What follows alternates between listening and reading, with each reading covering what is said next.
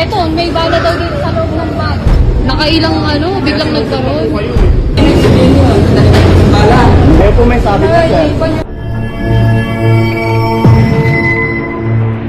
Hi everyone!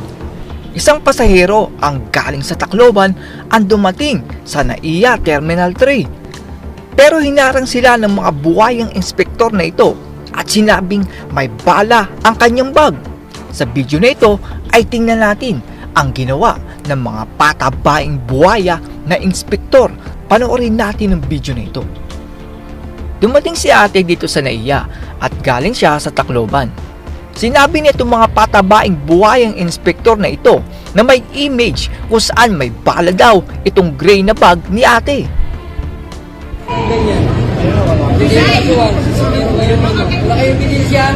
May video na kami kanina pa naghahalongkat ng gamit niya.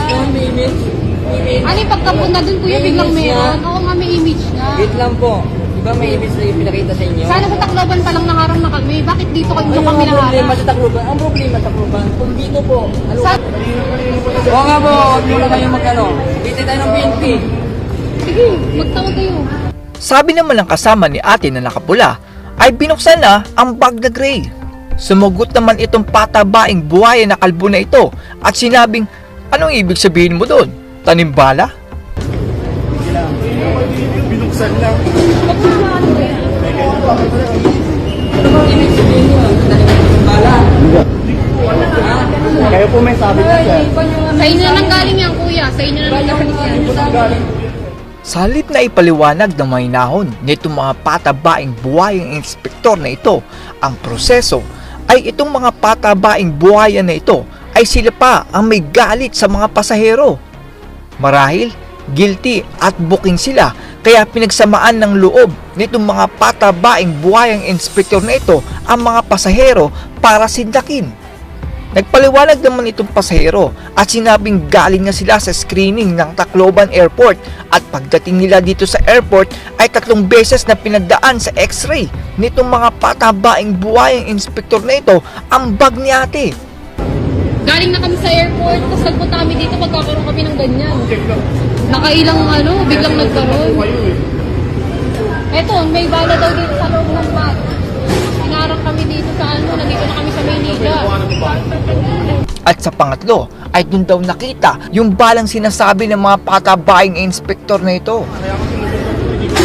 Kanina naka-x-ray na ng dalawa. Sa Tacloban na, wala din naman kami naharap. Tapos kung nandito na kami, naharang na kami, nakailang x-ray, tapos pagka huling buklat, meron na agad. Mukhang may matinding sabuatan dito dahil ayon sa pasahero ay wala namang bala noong hinalungkat ng lalaking patabaing buhaya. Pero nung itong babaeng patabaing buhaya na ito ang naghalungkat ay bigla na lang nagkaroon ng bala sa kanyang bag. Posibleng yung lalaki na patabaing buhaya ang naglagay ng bala nung una niya itong nahalungkat. Kanina kasi wala naman, nakailang x-ray, nahalungkat na nung isang lalaki. Tapos nung pagbalik ng huling x-ray, yung babae na nagalungkat, meron na agad. Biglang nagkaroon ng bala. Dumating nga isang security at ipinaliwanag ng kasama ng pasahero na na-x-ray na ang kanilang bag pero wala naman nakitang bala nung sila ay lumabas galing airport. Umakyat lang sila dito sa taas dahil nandito daw ang kanilang sasakyang angkas na sasakyan nila pauwi. Hindi, dito po. Kanina pa po, nag-scan kami sa baba, wala naman. Hindi, baka hindi ka pagkakita sa baba. Hindi po, sir. Saan ba kayo galing, sir? Tacloban po. Tapos? Pauwi lang dito. Pauwi na po ako. Umakyat lang po kasi nandito po yung angkas. Hindi, naghahatid ba kayo? Masayro? Ano po? Sorry po. Opo. Sinabi naman ng security na ang gagawin lang naman ay iti-turn over sa PNP for confiscation. Pero bakit itong mga patabaing buhaya ng babaeng inspektor na ito ay hindi na lang kinuha ang bala at pinadaan ng mga pasahero? Naghihintay ba kayo ng lagay dahil akala nyo hindi kayo papalagan ng mga pasahero? Hindi, sir. Ganito na lang. I-turn over lang naman ito sa awan sa PNP for confiscation. Yun na naman mangyayari niyan. Hindi, imposible kasi. Kanina diba nakapag-ikot dito na lahat naman yung zipper, binisan mo na. Ano yung pagbilang pag si ate na wala na, nagkaroon na bigla.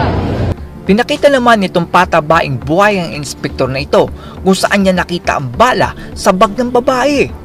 Pero katakataka na na-screen na ang bag ng 2 beses pero wala naman nakikitang bala. Bakit pagdating dito sa babaeng buhay ang inspektor na ito ay biglang nagkaroon ng bala ang bag? Hindi naman kaya nilagay mo lang yan? Tinatanggi kasi na sa kanila daw yung bala.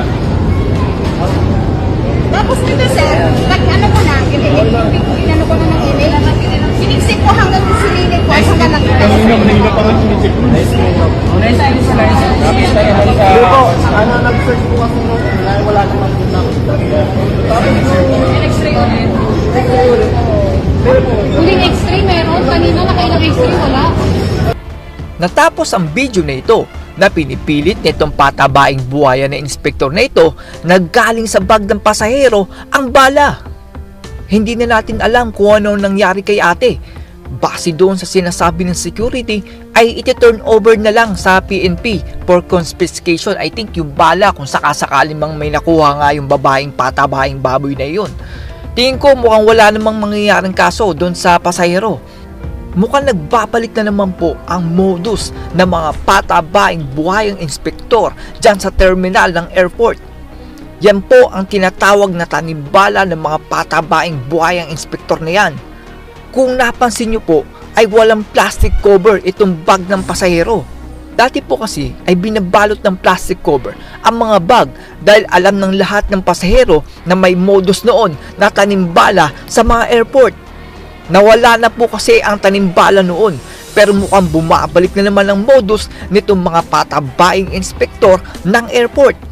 Mag-iingat po kayo mga kababaeng Pilipino dahil ang pag-aakala natin na ang mga patabaing baboy na inspektor noon ay wala na, ay nagbabalik ang modus at ngayon ay mukhang malakas na ang loob nila.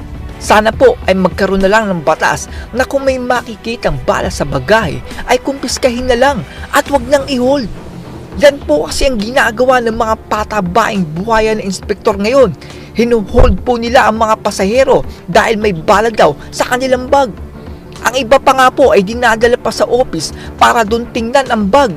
Doon po nag-uumpisa ang pangungutong nitong mga patabaing buhayang inspektor na ito. Dahil upang pakawalan nila ang pasahero ay manghihingi sila ng libu-libong pera sa mga nakakaawang pasahero. Kayong mga patabaing buhaya dyan sa terminal ng airport, lumaban naman kayo ng patas. Papaano nyo naaatim na ang pinapakain nyo sa inyong mga pamilya ay galing sa ninako nyo sa pinaghirapan ng ibang tao? Sa lahat po ng mga Pilipino, palagi po kayo maging mapamantsyag dahil ang mga masasamang tao ay nagdiriwang sa pagbabalik ng kanilang kapangyarihan. That's all everyone. Salamat sa inyong panonood. This is Chuck and you're watching Biker Drone.